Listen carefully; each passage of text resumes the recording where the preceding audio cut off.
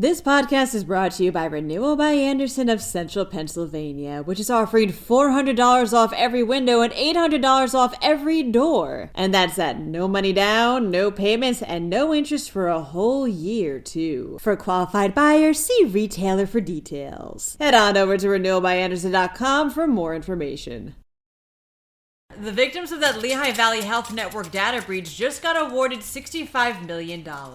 Meanwhile, Philadelphia is now prepping for a potential triple strike. The state has funded some major sports events coming up. Lastly, someone took Guy Fieri's tequila. I'm Claudia Dimuro, and you're listening to Today in PA.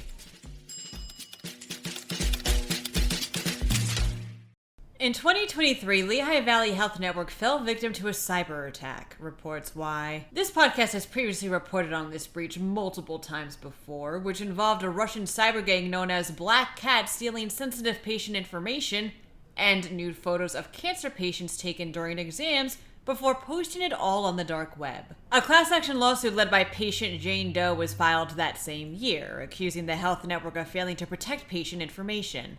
And although Lehigh Valley Health Network continues to deny any wrongdoing, Lackawanna County Court Senior Judge Thomas A. James just gave final approval on a $65 million settlement in favor of the patients. Over 130,000 patients will receive a piece of the settlement, although payments will differ based on the degree to which they were affected by the breach.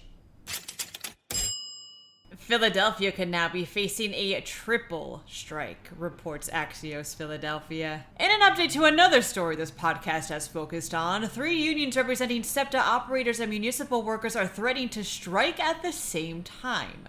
This includes AFSCME District Council 33, the city's largest union, which represents thousands of city employees from sanitation to prison workers. The Parker administration is negotiating contracts with DC 33, while SEPTA is in talks with the other two. Transport Workers Union Local 234 and Smart TD Local 1594. Wage increases and better protections for workers are the crux of these strikes.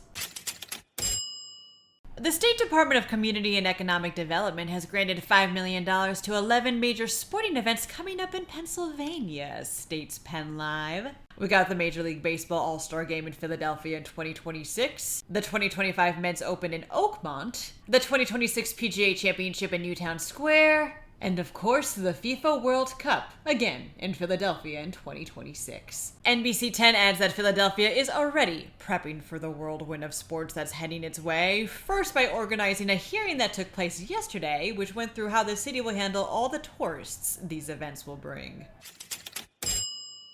Guy Fieri of Flavortown and Sammy Hagar of Van Halen fame have a tequila together, begins PennLive. Did you guys know that? I find that rather random.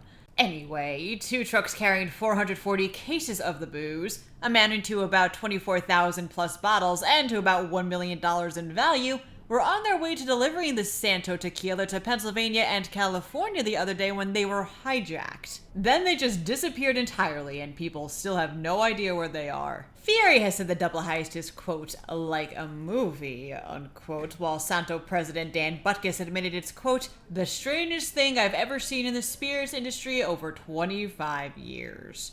That wraps up today's episode. For even more news, visit PennLive.com. And please don't forget to rate this podcast and to leave it an honest review, too, if you can.